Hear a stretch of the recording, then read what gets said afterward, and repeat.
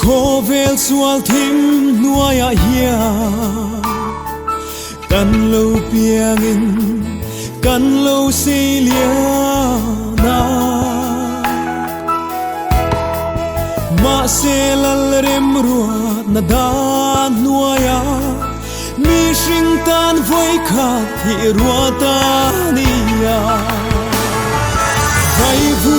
ta siam kan nia vai vu ta ve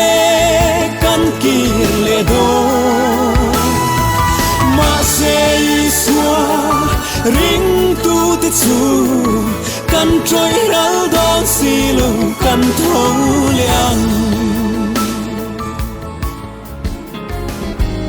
chum rei lo te lo langa ral le ang mai kan nun na hi bangai tla ka om lo ve kho ve le chu nga thil lom zong te po hi lun tu re nga nom lo an bo ral me ke ring nun par vulai toi mange dam chung kum vi thon thuang in a top tree arena su thorim na lungai na se om na mai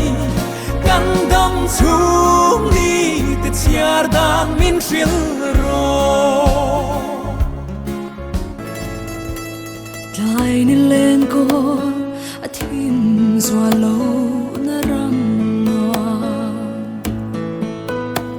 zan kho thim o to ngai lo na mun noa lung ngai chum pui jing to lo na kho pui noa o chu ngai chu katan van lo ni o kan lai za tuan mun tu lung du chen lau na mun chu ta san dam tu fakin o